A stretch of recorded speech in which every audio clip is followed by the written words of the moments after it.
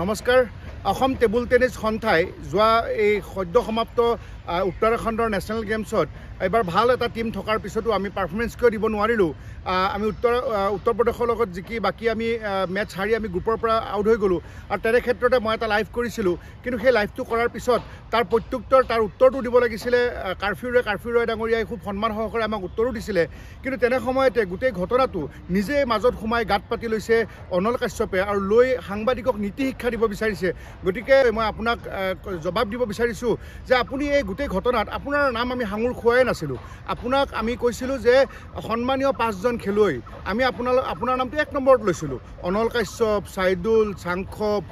প্ৰিয়ানুজ অগ্নিব এনেধৰণে নাম কৈছিলোঁ আৰু অসমে এবাৰ বহু দিনৰ মূৰত এনেকুৱা এটা ভাল টিম পাইছিলে আৰু নেশ্যনেল গেমছত মেডেল প্ৰস্পেক্ট আছে কিন্তু আমি কৈছিলোঁ যে ইয়াৰে যিজন কোচ আৰু মেনেজাৰ হিচাপে গীতাৰ্থ দাস গৈছে আৰু পংকজ চুতীয়া কোচ হিচাপে গৈছে আমি সুধিছিলোঁ যে যিহেতু গোটেই সমগ্ৰ অসমৰ পৰা শদিয়াৰ পৰা ধুবুৰী বৰাক উপত্যকাৰ পৰা ব্ৰহ্মপুত্ৰ উপত্যকালৈ আমাৰ তাত প্ৰায় 25টাৰ ওপৰ ফোন আহিছিলে তেওঁলোকৰ কুৱেশ্যন আছিলে যে এই দুজন ব্যক্তি কেনেকৈ চিলেকশ্যন পালে আমি অসম টেবুল টেনিছ সন্থাক সুধিছিলোঁ আৰু সন্মানীয়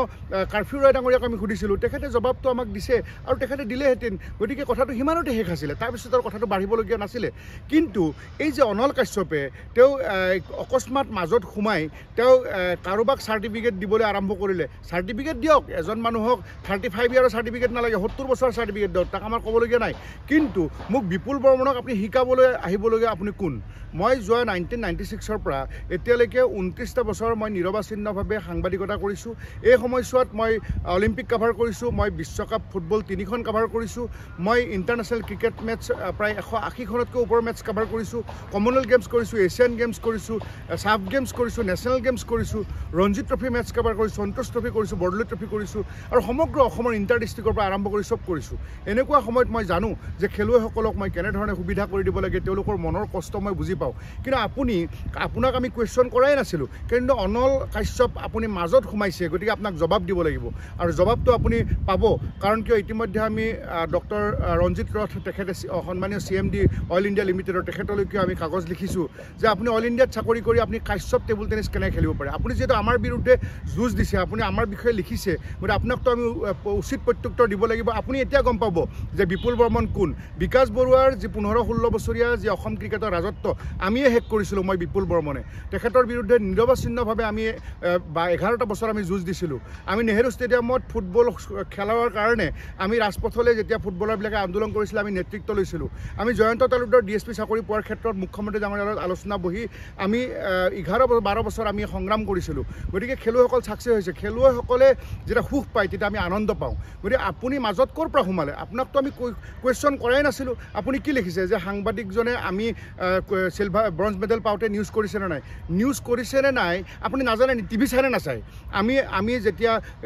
বিপ্ৰজিতে মেডেল পাইছে আমি যেতিয়া ঈশানীয়ে মেডেল পাইছে আমি যেতিয়া দিবিজাপলে আপোনাৰ অভিকে মেডেল পাইছে যেতিয়া আমাৰ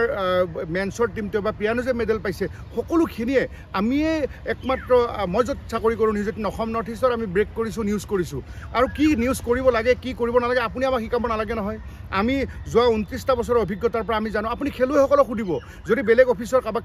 খেলুৱৈক সুধিবলৈ টান পাইছে আপোনালোকৰ অইল ইণ্ডিয়া লিমিটেডৰ খেলুৱৈসকলক সুধিব সন্মানীয় মাধুৰ্য বৰুৱাৰ পৰা আৰম্ভ কৰি অৰুণজ্যোতি বৰুৱাৰ পৰা আৰম্ভ কৰি মদালিচা বাইদেউ তাৰ পৰা ৰিটায়াৰ কৰিলে বা তাতে এতিয়া আবুনা চিমৰ পৰা পাপৰি বা জুপি আছে তাত অলি আছে আৰু যদি আপুনি দুলীয়াজান অফিচত যায় লালৰেম লোৱাটাৰ পৰা আপুনি বিৰজব মুছাহাৰীৰ পৰা তাতে আমাৰ ভূপেন গগৈ আছে তাতেই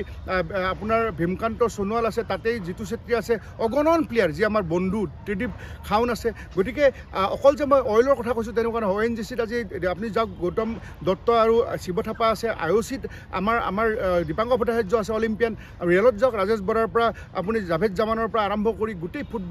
ফুটবলাৰবিলাক দুলেশ্বৰ বিজয় সোণোৱাল আমাৰ কেনেকুৱা এটা সম্পৰ্ক ৰিজাৰ্ভ বেংকত আজি ৰিয়ান পৰাগে কৰে বা তাতে আজি আমাৰ ৰাজু বসুমতাৰীহঁত আছে আপোনাৰ মনেশ্বৰ আছে সকলোৰে লগত আমাৰ সাংঘাতিক সম্পৰ্ক গতিকে আপুনি এনেধৰণৰ 3টা কুৱেশ্যন কৰিছে প্ৰথম এটা কুৱেশ্যন কৰিছে আমি নিউজ কৰিছোঁ নে কৰিছোঁ আৰু লাগে যদি আপোনাক বাতৰিকেইটা আমি দি দিওঁ এইটো হ'ল প্ৰথম কথা আৰু নিউজ আমি কৰিম নকৰিম আপুনি ক'বলগীয়া আমাক একো নাই গতিকে ছেকেণ্ড কথা হ'ল আমি নেশ্যনেল গেমছত বহু ষ্টেটৰ কোচৰ NIS কোচ নহ'লেও হয় গতিকে NIS কোচ নহ'লেও হয় এইটো আপুনি ক'বলৈ কোন আপোনাকতো আমি প্ৰশ্ন কৰা নাই এতিয়া যিজন ইয়াৰ পৰা পংকজ চুতীয়া গ'ল ঠিক আছে তেওঁ কোচ হওক আমাৰতো একো ব্যক্তিগতভাৱেতো আমাৰ একো নাই আমাৰ অসমৰ পাৰফৰ্মেঞ্চ ভাল হ'ব লাগে তেওঁ প্ৰথমতে 5ত পঢ়ি আছে মেট্ৰিকটো পাছ কৰক হায়াৰ ছেকেণ্ডেৰী পাছ কৰক তাৰপিছত BA পৰীক্ষা দিব আমি ডাইৰেক্ট নেশ্যনেল গেমছৰ টীম কিয় লৈ যাব লাগে তেওঁ প্ৰথমতে সাব জুনিয়ৰ টীম লৈ যাওক জুনিয়ৰ টীম লৈ যাওক আণ্ডাৰ 19ৰ টীম লৈ যাওক ওমেন্সৰ লৈ যাওক তাৰপিছত নেশ্যনেল গেমছৰ লৈ যাওক কিন্তু একেবাৰে কোনোদিনে কোনো কোচ কৰা নাই ডাইৰেক্ট গৈ কিনে কোনোদিন নেশ্যনেল টীম তেওঁ লৈ গৈছে নেকি নাই যোৱা ডাইৰেক্ট গৈ নেশ্যনেল গেমছ গৈছে সেই কথাটোহে আমি আঙুলিয়াই দিছিলোঁ আৰু আপুনি কৈছিলে যে কাৰোবাৰ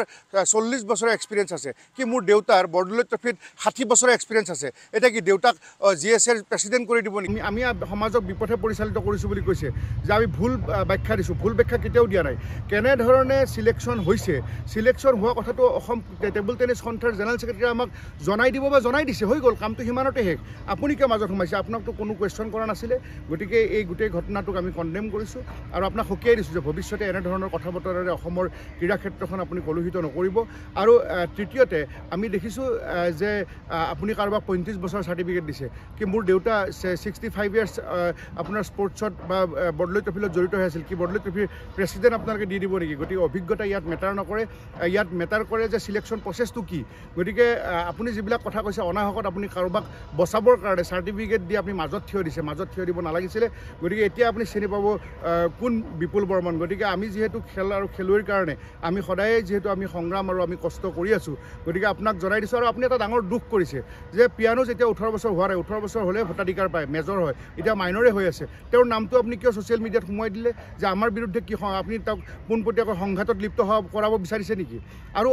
অগ্নিভে যেতিয়া বিদেশত গৈছিলে তেতিয়া তেওঁৰ ইণ্টাৰভিউ লোৱা লাইভ কৰা একমাত্ৰ সাংবাদিক ময়ে আজি তেওঁ লাইক কৰিছে কি কাৰণে লাইভ কৰিছে হয়তো তেওঁক বলপূৰ্বকো আপুনি লাইক কৰাব পাৰে কিন্তু অগ্নিভৰ ইণ্টাৰভিউ লোৱা মানুহজনে মই গতিকে আজি চাইদুলক সুধিব তেওঁৰ লগত মোৰ ৰিলেশ্যন কি আমি এই গোটেই কেইজনক পঞ্চপাণ্ডৱ বুলি কৈছিলোঁ কিন্তু মই কুৱেশ্যন কৰিছিলোঁ যে কোচ আৰু মেনেজাৰ কেনেকৈ চিলেকশ্যন পালে সেইটোত আপুনি মাজত কিয় সোমাইছে গতিকে আপুনি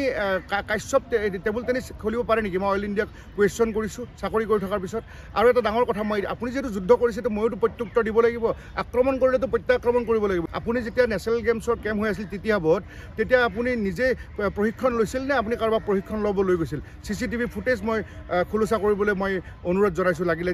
টেবুল টেনিছ এছ'চিয়েশ্যনত টেবুল টেনিছ এছ'চিয়েশ্যনৰ গোটেইকেইজন ব্যক্তি অতি সন্মানীয় তাত পিজু হাজৰিকা ডাঙৰীয়াৰ পৰা আৰম্ভ কৰি একেবাৰে মেম্বাৰজনৰ পৰা তেওঁলোকক মই চেলুট তেওঁলোকক মই সন্মান কৰোঁ কাৰণ তেওঁলোকে আজি টেবুল টেনিছটো ইমান সুন্দৰকৈ বৰাক আৰু ব্ৰহ্মপুত্ৰৰ মাজৰ সমন্বয়ৰ মাজেদি জোনছ আজি ৰেংকিংবিলাক পাতিছে আজি আপুনি যেতিয়া নেশ্যনেল গেমছৰ কেম্প চলি আছিল তেতিয়া ইণ্ডোৰত কাক লৈ গৈছিলে নে কেম্পত আপুনি আহিব না আপুনি ষ্টাৰ প্লেয়াৰ নেকি গতিকে এইবিলাক কথা আমি আগতে কুৱেশ্যন কৰা নাছিলোঁ এতিয়া যিহেতু আপুনি আমাক আক্ৰমণ কৰিছে গতিকে আপুনি প্ৰত্যাক্ৰমণ কৰিছে ইয়াৰ ভিডিঅ' নম্বৰ 1 ইয়াৰ পিছত আমি ভিডিঅ' নম্বৰ 2 দিম ইতিমধ্যে এই গোটেই অভিযোগ আমি অৰুণজ্যোতি বৰুৱা ডাঙৰীয়াক দিছোঁ আপুনি সুধিব অইলৰ প্লেয়াৰৰ লগত মোৰ ৰিলেশ্যন কি সিদ্ধাৰ্থ মুখাৰ্জী ডাঙৰীয়াক সুধিব বিশ্বজিৎ মজুমদাৰ ডাঙৰীয়াক সুধিব আবু নাছিম আহমেদক সুধিব গতিকে নাপায় আপুনি ব্যক্তিগতভাৱে কমচে কম বিপুল বৰ্মনক আক্ৰমণ কৰিব নালাগিছিল যিজন বিপুল বৰ্মনে সদায় খেল আৰু খেলুৱৈৰ কাৰণে আমি আপ্ৰাণ চেষ্টা অব্যাহত ৰাখোঁ গতিকে আপুনি যিবোৰ 3টা কুৱেশ্যন কৰিছিলে সেই 3টা কুৱেশ্যনৰ এনচাৰ দিলোঁ আপুনি এনচাৰটো দিয়ক যে আপুনি নেশ্যনেল কেম্প চলি থাকোঁতে আপুনি ইণ্ডোৰ কেনেকৈ গৈছিলে আপুনি কেম্পত প্ৰেক্টিছ কৰিব নালাগে আপুনি কি ছুপাৰষ্টাৰ প্লেয়াৰ নেকি আৰু আপুনি কেনেকৈ কাশ্যপ টেবুল টেনিছ একাডেমি খুলিব পাৰে অইল ইণ্ডিয়া লিমিটেডে আপোনাক শিকাইছে নেকি যে সাংবাদিকক দুৰ্ব্যৱহাৰ কৰিব লাগে গতিকে গোটেই কথা বতৰাবিলাক লৈ আমি ইতিমধ্যে CMD ডাঙৰীয়াক আমি ডক্টৰ ৰঞ্জিত ৰথ তেখেত এগৰাকী সন্মানীয় CMD আমি তেখেতক আৰু পেট্ৰলিয়াম মিনিষ্ট্ৰীকো আমি গোটেই কথা বতৰাবিলাক আপোনাৰ বিৰুদ্ধে জনাবলৈ আমি সাজু হৈছোঁ ধন্যবাদ